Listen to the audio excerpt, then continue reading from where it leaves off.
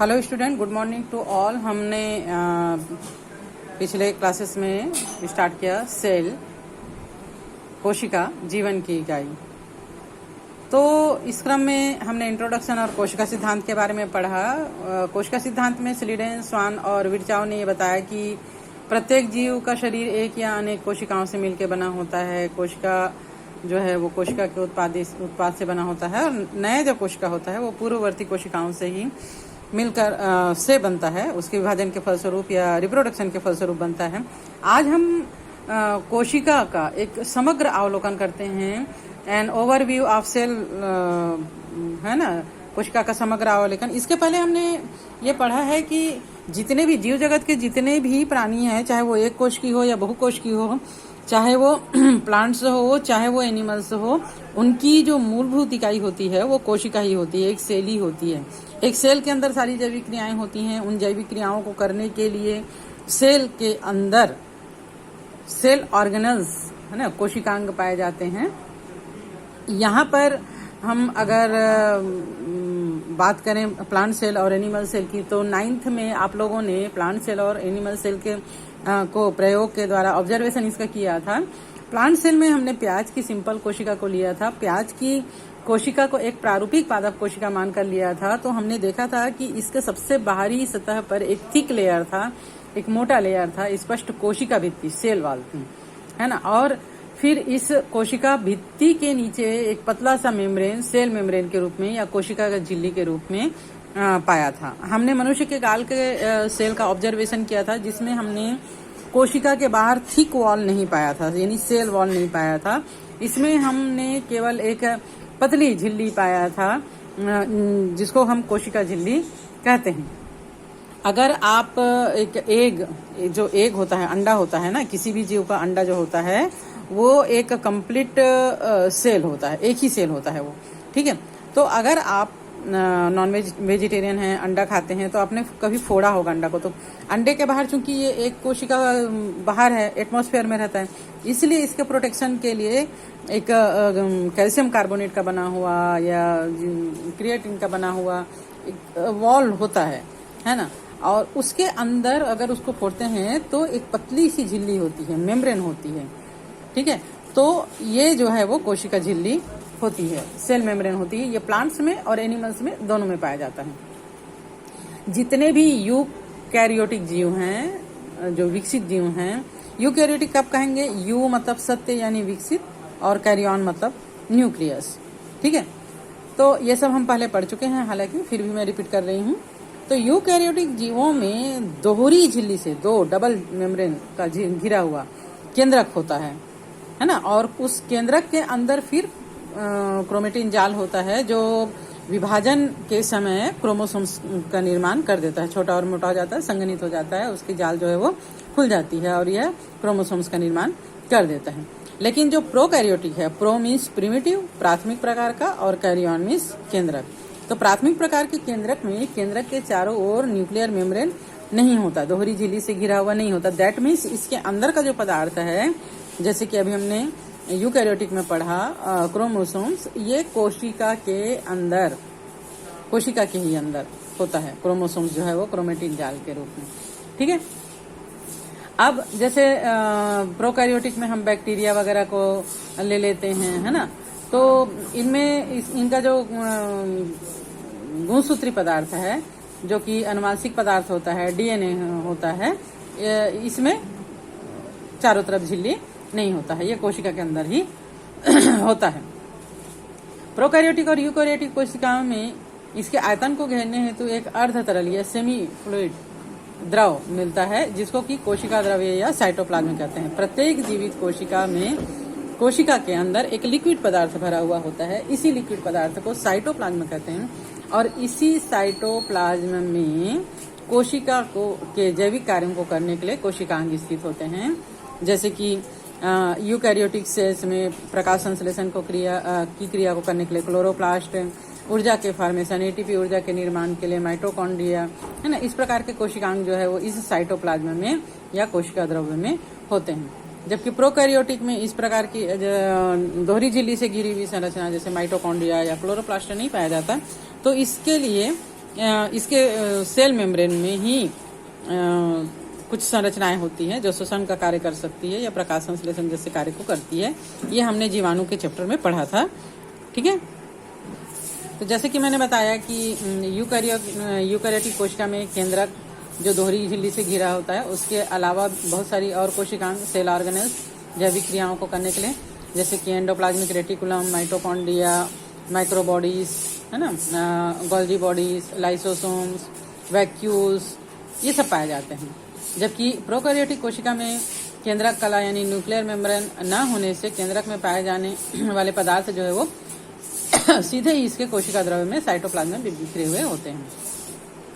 अतः प्रोकैरियोटिक कोशिकाओं में केंद्रक या न्यूक्लियस तथा कोशिका में पाए जाने वाले झिल्ली युक्त समस्त कोशिकांग या सेल ऑर्गेनल्स जो है वो अनुपस्थित होते हैं। यहाँ पर हम विभिन्न प्रकार के आकार की कोशिकाओं के चित्र के द्वारा प्रदर्शन किया गया है। आकार प्रकार के बारे में हम बाद में पढ़ेंगे। सबसे पहले हम प्रोकैरियोटिक और यूकैरियोटिक कोशिकाओं में प्रमुख अंतर को देखें तो पहला है आमाप यानी आकार उसका। प्रोकैरियोटिक कोशिका का आकार जो है वो बहुत छोटा 0.1 से लेकर 5.0 माइक्रोमीटर तक ही होता है, जबकि यूकैरियोटिक कोशिका जो है वो 5 माइक्रोमीटर से बड़ा और कितना भी बड़ा हो सकता है। जैसे अभी बताया कि एग अंडा जो एक वो संपूर्ण कोशिका है, और शुतुरमुर्ग का अंडा जो है वो सबसे बड़ी एक सिंगल कोशिका होती है। सेकंड है कोशिका भित्ति। तो प्रोकैरियोटिक कोशिका चूंकि ये एक ही कोशिका होती है, इसलिए इसके बाहर कुछ प्रोटेक्शन के लिए कोशिका भित्ति होती है, जो कि शर्करा और म्यूरेमिक अम्ल यानी पेप्टाइडोग्लाइकॉन से बना हुआ होता है, पर इसमें माइकोप्लाज्मा नहीं होता। जबकि यूकैरियोटिक में वनस्पति कोशिका में सेल्यूलोज से बना हुआ मोटा कोशिका भित्ति होता है। प्राणी कोशिका में ये नहीं पाया जाता। थर्ड है कोशिका कला या सेल मेम्ब्रेन की बात करें तो प्रोकैरियोटिक कोशिका में सामान्यतः स्टेराइल रहित, कुछ में श्वसन संबंधी और कुछ में प्रकाश संश्लेषण संबंधी वर्ण किण्वन जो है वो इसमें उपस्थित होते हैं इसके कोशिका कला में, सेल मेम्ब्रेन में। जबकि यूकैरियोटिक कोशिका में इसके लिए अलग से अंग होते हैं प्रकाश संश्लेषण के लिए या श्वसन के लिए, है ना। तो इसलिए इनके कोशिका झिल्ली में, सेल मेम्ब्रेन में इस प्रकार की कोई संरचना नहीं होती, केवल स्टेरॉल्स उपस्थित होते हैं। संपुट की बात करें तो जीवाणुओं में ये उपस्थित होता है, यूकैरियोटिक में नहीं होता। केंद्रक की बात करें तो प्रोकैरियोटिक कोशिका में केंद्रक जो है वो दोहरी झिल्ली से घिरा हुआ रहता है, और प्रोकैरियोटिक में झिल्ली से घिरा हुआ नहीं रहता, झिल्ली रहित होता है। ये न्यूक्लियाइड कहलाता है, और इसमें केंद्रिका जो है वो नहीं होता। यूकैरियोटिक में केंद्रक जो है वो झिल्ली से घिरा होता है, और केंद्रक में एक संरचना केंद्रिका उपस्थित रहता है। वैक्यूल्स या रिक्तिका की बात करें तो प्रोकैरियोटिक में नहीं होता, जबकि यूकैरियोटिक के पादप सेल में रिक्तिका स्पष्ट रूप से दिखाई देती है। माइटोकॉन्ड्रिया प्रोकैरियोटिक में नहीं होता, यूकैरियोटिक में होता है। गोल्जी बॉडीज अंतःप्रद्रवी जालिका प्रोकैरियोटिक में नहीं होता, जबकि यूकैरियोटिक कोशिका में ये सभी कोशिकांग जो है वो उपस्थित होते हैं। लाइसोसोम प्रोकैरियोटिक में अनुपस्थित होता है, जबकि यूकैरियोटिक के जंतु कोशिका में ये उपस्थित होता है। राइबोसोम प्रोकैरियोटिक में 70S प्रकार का होता है, और यूकैरियोटिक में 80S प्रकार का होता है।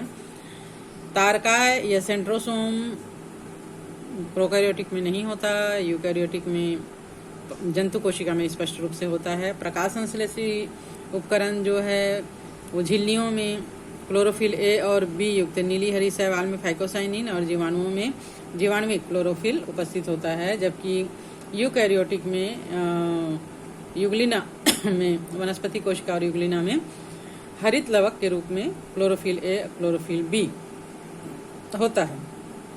मीजोसोम प्रोकैरियोटिक में उपस्थित होता है, जबकि यूकैरियोटिक में इस प्रकार की कोई संरचना नहीं होती है। कशाभ या पक्षाभ प्रोकैरियोटिक में उपस्थित होता है।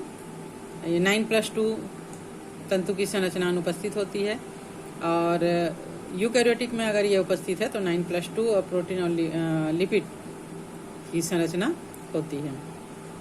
कोशिकी गति प्रोकैरियोटिक में नहीं होता, यूकैरियोटिक में होता है। विभाजन प्रोकैरियोटिक में सरल विखंडन के द्वारा, और इसमें जो है वो समसूत्री अर्धसूत्री विभाजन के द्वारा होता है। डीएनए क्षारक अनुपात G+C का परसेंट जो है वो G+C mean cytosine and guanine का जो परसेंट है वो प्रोकैरियोटिक में 28 से 731 तक होता है और यूकैरियोटिक में लगभग 40 होता है। उपापचयी क्रियाओं की बात करें तो प्रोकैरियोटिक कोशिका में अनेक प्रकार की मुख्यतः अवायवीय क्रिया के द्वारा ऊर्जा उत्पन्न करने वाली नाइट्रोजन स्थिरीकरण और पीली बीटा हाइड्रोक्सी ब्यूटाइरेट संग्रहित खाद्य पदार्थ संग्रह संबंधित होता है, जबकि यूकैरियोटिक में ग्लाइकोलाइसिन पथ द्वारा अवायवीय ऊर्जा उत्पादन संबंधी विभिन्न प्रकार के ये होते हैं। अब अगर हम बात करें शेप एंड साइज आकृति एवं माप, कोशिकाओं की आकृति एवं माप के बारे में, तो जीवों में विभिन्न आकृति विभिन्न आमाप की कोशिकाएं शरीर के अंदर पाई जाती है। ये प्राणी के आकार, ऊतक के स्वरूप और संपादित किए गए कार्य के अनुसार होती हैं। ये सर्कुलर हो सकती हैं, स्पेरिकल है ना, वृत्ताकार, गोलाकार, घन के आकार का यानी क्यूबॉइडल, तारा के आकार का यानी स्टेलाइट, स्तंभ के आकार का, कॉलमनर, आयताकार, रेक्टेंगल, त्रिभुजाकार, ट्रायंगल, चपटी, फ्लैट, बहुभुजाकार, पॉलीगोनल, अनियमित, इरेगुलर प्रकार की किसी भी आकार प्रकार का हो सकता है। अमीबा और WBC की कोशिकाएं जो है वो अपनी आकृति को बदलते रहती है। जैसे यहाँ पर हम देख रहे हैं WBC की कोशिकाएं, लाल रुधिर कणिकाएं यहाँ पर दिया हुआ है ना, स्तंभाकार, उपकला ऊतक, ये ऊतकों के बारे में हम पहले भी पढ़ चुके हैं। ये एक तंत्रिका कोशिका जो है जो तारे के आकार का शाखित लंबी होती है। ये जो है वो जाइलम और फ्लोएम वाहिनी या वाहिनिका का है ना, ये मध्योतकी कोशिका गोल प्रकार का होता है। कॉर्टिकल सेल्स या भरण ऊतक होता है। तो एक अंडा अगर आप देखें तो ये ओवल शेप में होता है ना। और अपने शरीर में अगर हम देखें हाथ या पैर के सूक्ष्मदर्शी से तो हमको विभिन्न प्रकार की कोशिका की आकृति दिखाई देगी। पादप सेल में कोशिका को देखें तो विभिन्न प्रकार की आकृति दिखाई देती है। इस प्रकार ये अपने कार्य के अनुसार और जंतु पाए जाने वाले जंतु में स्थान के अनुसार इसका आकार जो है वो चेंज हो जाता है, अलग अलग प्रकार के होते हैं। कोशिका के माप में भी काफी भिन्नता पाई जाती है। सबसे बड़ी कोशिका की जैसे कि मैंने अभी बताया था कि शुतुरमुर्ग का अंडा ऑस्ट्रिच है ना, ये होता है। अगर इसको जल में डाला जाता है तो कवच रहित 15 सेंटीमीटर और कवच रहित होने पर 8 सेंटीमीटर का माप मापा गया है। औसतन कोशिकाएं जो है वो 0.5 माइक्रोन से 20 माइक्रोन व्यास की हो सकती है। सबसे छोटी कोशिका माइकोप्लाज्मा गैलीसेप्टिकम नामक जीवाणु की होती है। तंत्रिका कोशिकाएं सबसे लंबी कोशिका होती है। मानव देह में WBC 3 to 4 माइक्रोन का और तंत्रिका कोशिका लगभग 1 मीटर तक लंबा। कभी कभी ये तंत्रिका कोशिका हमारे मस्तिष्क से शुरू होकर हमारे पैर के अंतिम सिरे तक भी एक कोशिका हो सकती है। मनुष्य की RBC का व्यास जो है वो 7.0 माइक्रोन होता है।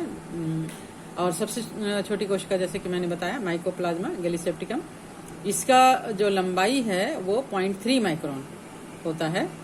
जीवाणु 3 से 5 माइक्रोन मिलीमाइक्रोन तक हो सकता है।